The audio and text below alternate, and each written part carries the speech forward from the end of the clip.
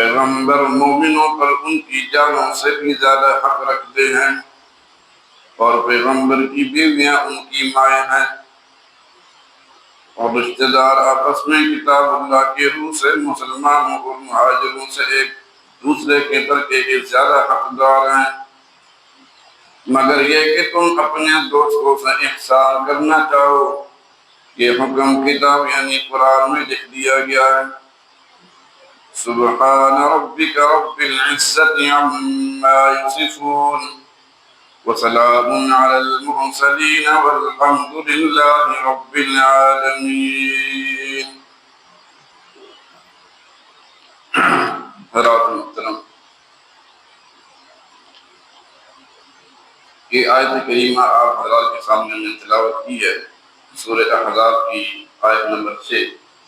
اس کے اندر نبی کریم صلی اللہ علیہ وسلم کی ازواج مطہرات، ان کی عظمت کا تذکرہ ہے کہ وہ ہماری مائیں ہیں، جنہیں ام المؤمنین کہا ہے، مومنوں کی مائیں۔ تو میں آپ حضرات کے سامنے مختصر سے انشاءاللہ نبی کریم صلی اللہ علیہ وسلم کی تیسری زوجہ مطہرہ سیدہ عائشہ صدیقہ رضی اللہ تعالی عنہ کا ایک مختصر سے تعارف کروں گا۔ ویسے تو ان کی شان جتنی مرضی بیان کی جائے، ہمارے منہ تو اتنے نہیں ہیں کہ ان کی بیان کرنے کے لائق، لیکن وہ بہت اونچی روح تھے۔ بہرحال جتنا اللہ کی توفیق سے ہوگا مختصر وقت میں آپ حضرات کی خدمت پیش کروں گا۔ ویسے تو سیدہ عائشہ صدیقہ رضی اللہ تعالیٰ عنہ کی شان میں قرآن کریم کی اور آیتیں ہیں، لیکن میں نے یہ آیت پڑھی، اس میں تمام ازواج مطہرات کا ان کی شان بیان کی گئی ہے۔ ایک دفعہ نبی کریم صلی اللہ علیہ وسلم کسی سفر میں تھے، تو اس سفر میں ان کی زوجہ مطہرہ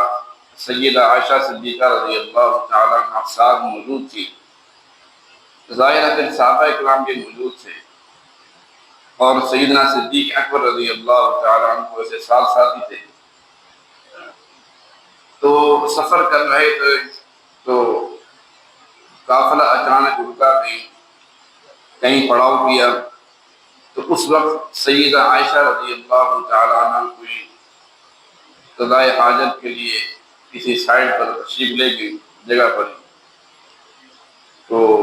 اپنی حاجت سے فارغ ہو کر جب نبی کریم صلی اللہ علیہ وسلم کے پاس آئیں تو انہوں نے دیکھا جی ان کے گلے میں ہار نہیں ہے، جو ہار پہنا ہوا تو گر گیا۔ وہ بڑی پریشان ہوئی اور نبی کریم صلی اللہ علیہ وسلم کو اطلاع دی کہ میرا ہار گم گیا۔ تو اس وقت رسول اللہ صلی اللہ علیہ وسلم نے پھر صحابہ کرام کو بھی ہار کی تلاش کے لیے روانہ کیے، ہار تلاش کریں گے۔ تو اس وقت ہار تلاش کرنے میں کچھ وقت لگا، تو اتفاق کی بات یہ کہ نماز کا وقت آ گیا، اور ہار تلاش کرتے کرتے اتنا زیادہ وقت لگ گیا کہ نماز کا وقت بالکل تنگ ہو گیا، اور اوپر سے یہ ہوا کہ جس جگہ پڑاؤ کیا تھا وہاں پر پانی بھی موجود نہیں تھا، کہ پانی ہوتا تو ان سے وضو کرتے اور نماز پڑھتے، وہاں پر پانی بھی موجود نہیں، اوپر سے نماز کا وقت ہو گیا اور نہایت تنگ وقت ہو گیا۔ تو سیدنا صدیق اکبر رضی اللہ تعالیٰ عنہ اپنی بیٹی یعنی سیدہ عائشہ صدیقہ رضی اللہ تعالیٰ عنہ کو ڈانٹا انہوں نے کہ وقت گزر گیا ہے نماز کا، یا تنگ ہو گیا ہے، اور آپ کے ہار کی تلاش کی وجہ سے بہت وقت زیادہ ہو گیا ہے، اور یہاں پر تو پانی بھی موجود نہیں ہے، نماز کیسے پڑھیں؟ تو اس وقت اللہ کی شان دیکھیں گے، اس وقت تیمم کی بارے میں وہ آیت قرآن کی اتری کہ جہاں پر پانی موجود نہ ہو نماز کے لیے، وہاں پر تیمم کر کے نماز پڑھ سکتے ہیں۔ وہ تیمم کی آیت آپ کو سناتا ہوں میں، سورہ نساء کی آیت ہے، وَإِن كُنتُم مَّرْضَىٰ وإن كنتم مرضى أو على سفر أو جاء أحد منكم من الغائط أو لامستم النساء فلم تجدوا ماء فتيمموا صعيدا طيبا فامسحوا بوجوهكم وأيديكم، اور اگر تم بیمار ہو یا سفر میں ہو یا قضاء حاجت کی ہے یا عورتوں سے مقاربت کی ہے اور تمہیں پانی میسر نہیں تو پاک مٹی کا ارادہ کرو اور اس سے کچھ منہ پر اور ہاتھوں پر پھیر دو۔ یہ اللہ پاک نے انعام نازل کیا مسلمانوں پر کہ نماز کا وقت آ گیا ہے، پانی موجود نہیں ہے، پانی میسر نہیں ہے، تو پاک مٹی سے تیمم کر کے اپنے آپ کو پاک کر سکتے اور نماز پڑھ سکتے۔ تو اس وقت حال کی تلاش میں بہت سارے صحابہ کرام نکلے تھے، تو یہ اللہ کی طرف سے آیت نازل ہوئی اور صحابہ کرام پھر سیدہ عائشہ صدیقہ رضی اللہ عنہ کو دعائیں دینے لگے کہ آپ ہی کی وجہ سے اللہ پاک نے ہم پر کتنا بڑا انعام نازل کیا ہے۔ یہ پانی تو یہاں موجود ہے ہی نہیں، نماز وقت ہو گیا، لیکن اللہ پاک نے ہم پر احسان کیا ہے ہم پوری امت پر کہ تیمم جیسا تحفہ دیا ہے جو وضو کا خلیفہ ہے، پاک مٹی سے ہم اس سے ہم اپنے جسم کو پاک کر سکتے ہیں۔ تیمم کا بہت سارے مسلمانوں کا طریقہ کرنے کا ایک پتہ ہوگا۔ 3 فرائض ہیں تیمم کے۔ سب سے پہلے کہ نیت کرنا اور پاک مٹی پر ہاتھ ایسے لگا کر اپنے چہرے پر پھیرنا اور اسی دوبارہ ہاتھ لگا کر اپنے دونوں بازوں پر، یہ اتنا آسان طریقہ ہے تیمم کا کہ جس سے انسان کا جسم بالکل پاک ہوئے گا اور نماز پڑھ سکتے ہیں، قرآن پڑھ سکتے ہیں۔ یہ اللہ پاک نے اس موقع پر سیدنا عائشہ صدیقہ رضی اللہ تعالی عنہ کا جہاں ہار گم ہوا تھا، اس کی وجہ سے اللہ پاک نے مسلمانوں پر یہ آیت نازل کی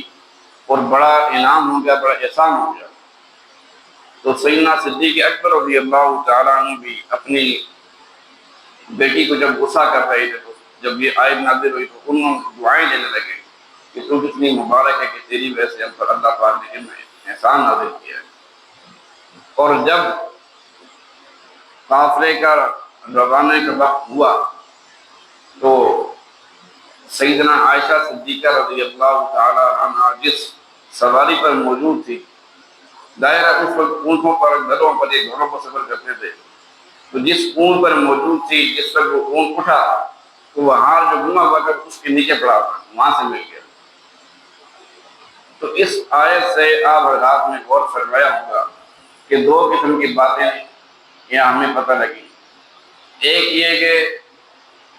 سیدہ عائشہ صدیقہ رضی اللہ تعالیٰ عنہ کی فضیلت ہمیں معلوم ہوئی، کتنی مبارک خاتون تھی، کتنی فضیلت والی خاتون تھی۔ اور دوسرا یہ کہ سب کچھ جاننے والی ذات صرف اللہ ہی کی ہے، عالم الغیب جو ذات اصل اللہ ہی کی ہے۔ اگر رسول اللہ صلی اللہ علیہ وسلم کو یہ پتہ ہوگا